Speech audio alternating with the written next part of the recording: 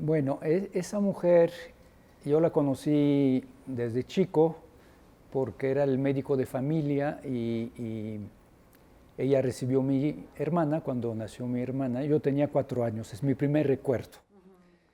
Y era el médico de mi familia y la conocimos bastante.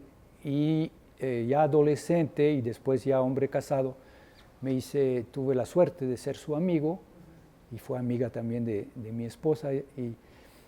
Y esa mujer, durante la Segunda Guerra Mundial, organizó una red desde la frontera de Italia, Niza, hasta la frontera con España, la Cataluña, porque ella era de la Cataluña francesa. Ahí conocía a todo el mundo, los campesinos, para llevar los judíos ya perseguidos por el Estado colaboracionista francés a España, ¿no? Y salvó judíos, salvó niños, e incluso no lo adoptó legalmente, pero se quedó con un niño que después fue como su hijo. Y ella, su hermano y su madre son catalogados como justos entre las naciones, que es en el Museo del Genocidio en Jerusalén, en Yad Vashem, está la lista de los 26 o 27 mil justos, a saber, no judíos, que salvaron vidas de judíos en la Segunda Guerra Mundial. Además, una heroína muy modesta, porque nunca hablaba de eso y en vida nunca tuvo reconocimiento, que además no lo hubiera aceptado. Ella consideraba que era la cosa más normal del mundo. Y bueno, había hecho lo mismo en la Guerra Civil Española, hay que decirlo, ¿eh? Ahí no se trataba de judíos, sino tenía como pasaporte de la Cruz Roja Internacional e iba a Barcelona a salvar gente, que iban a fusilar primero los republicanos y después los franquistas. Así que, bueno, pero fue la médica y prolongó la vida de este señor, Julio Isaac, un gran historiador francés. Este hombre de una familia judía agnóstica, totalmente integrada a Francia, vive en carne propia el antisemitismo en esos años negros, trágicos de la Francia ocupada por los nazis, de un gobierno colaboracionista del mariscal Pétain, y él pierde su esposa y su hija, que mueren en Auschwitz, en campo de concentración. Y como historiador, dedica los últimos 20 años de su vida a entender qué es el antisemitismo, por qué el antisemitismo y cómo remediar el antisemitismo. Precisamente porque Jules Isaac es un hombre generoso, es un hombre justo, y como historiador su combate siempre fue el combate por la verdad. Y entonces él recuerda a los cristianos una cosa importantísima, a saber que el antisemitismo cristiano es una contradicción en los términos, que un cristiano no puede ser antisemita. Y recuerda a los cristianos que Jesús o Dios escogió que Jesús naciera en el pueblo judío, en tierra de Israel, de una madre judía. Que los apóstoles, la primera iglesia, es judía, que San Pablo es judío, Saúl, fariseo, discípulo de Gamaliel, y que por lo mismo el cristiano antisemita es anticristiano. Es el gran mensaje de Jules Isaac. Y dice, para cortar la raíz cristiana del antisemitismo, para que desaparezca para siempre esa enseñanza equivocada que él llama la enseñanza del desprecio, que en los catecismos, en la vida cotidiana, se enseñaban a los cristianos que los judíos eran malos y que si sufrían era el castigo de Dios porque habían matado a Dios, el deicidio, el crimen más Si estaban dispersos en toda la tierra, era el castigo de Dios. Por desgracia, sí. Por desgracia, sí, porque, digamos, disfrazados de anticolonialistas, entonces decir, con un discurso que sería más bien de izquierda, muchos antisemitas van enmascarados, ¿no? Disimulados. En los ataques a Israel y defensa a los palestinos hay mucha gente sincera y que no es antisemita. Y entonces, en ese sentido, la política de colonización de los territorios ocupados y la terquedad no solamente de Netanyahu, porque los gobiernos laboristas hicieron lo mismo.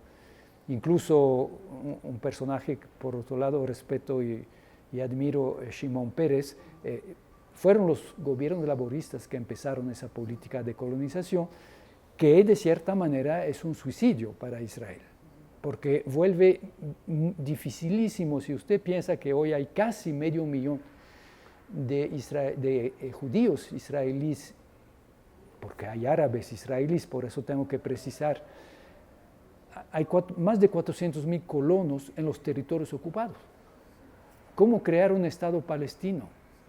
¿Hay que expulsar estos o darles un estatuto de residentes extranjeros en un Estado palestino? Lo veo muy difícil. Por eso algunos, incluso israelíes, patriotas y militantes, dicen, si Israel sigue así, va a ser un Estado de apartheid. Porque un Estado donde a la fuerza tienen que convivir judíos y palestinos, los palestinos van a ser ciudadanos de segunda o de tercera. Espero que, pero sin mucha esperanza, porque contra lo que mucha gente dice, es un bocón y no va a hacer nada, yo creo que hay que tomarlo en serio. Y lo que dice, puede que lo haga. Él dijo que quiere transferir la embajada de Tel Aviv a Jerusalén. Me temo que lo haga. La reunión de París de ayer, de ayer, le pidió que no tomase iniciativas intempestivas y precipitadas y que para no crear hechos ya irremediables, pero puede que sí. Hay un gran periodista israelí que yo admiro muchísimo, ya muy grande, por desgracia, digo por desgracia porque pronto nos va a dejar, Uri Avneri. Uri Avneri de joven fue de los combatientes heroicos de la Guerra de Independencia de Israel de 47-48. Fue diputado en varias ocasiones, fundó el Movimiento por la Paz, siempre ha sido favorable a la existencia de dos estados y es muy pesimista. Dice la esperanza muere al final, no quiero perder la esperanza, pero no ve cómo en la política actual y además apoyado por Trump, él dice que recibió la elección de Trump como un escupitajo en la cara. Ciertamente hay un gran progreso, yo diría, de la indiferencia religiosa. No sé si hay que hablar de ateísmo, agnosticismo, indiferencia religiosa, incluso en la gente que se define como creyentes. O sea, por ejemplo, la asistencia a la misa del domingo entre gente que se dice cristiana ha bajado muchísimo. Sí. Cuando yo era chico era impensable, no era, no, era impensable. Pero en América Latina, por ejemplo, con la excepción quizá de Uruguay, no hay indiferentismo. La gente más bien va y busca, por ejemplo, en México ha crecido muchísimo el evangelismo. O sea, no las iglesias históricas protestantes, sino las asambleas de Dios, los pentecostales y eso. En África, en Asia, el cristianismo en su forma evangélica, se está expandiendo de una manera sorprendente. Siempre decían, a mí me enseñaron que el cristianismo era tan europeo que no podía prosperar en China o en Japón. En China hoy en día hay 120 millones de cristianos. Me dirá, es poquito, pero es poquito, ya es el 9% de los chinos. El año pasado tuve que dar una clase de maestría de Historia Internacional que se llamaba Historia Global.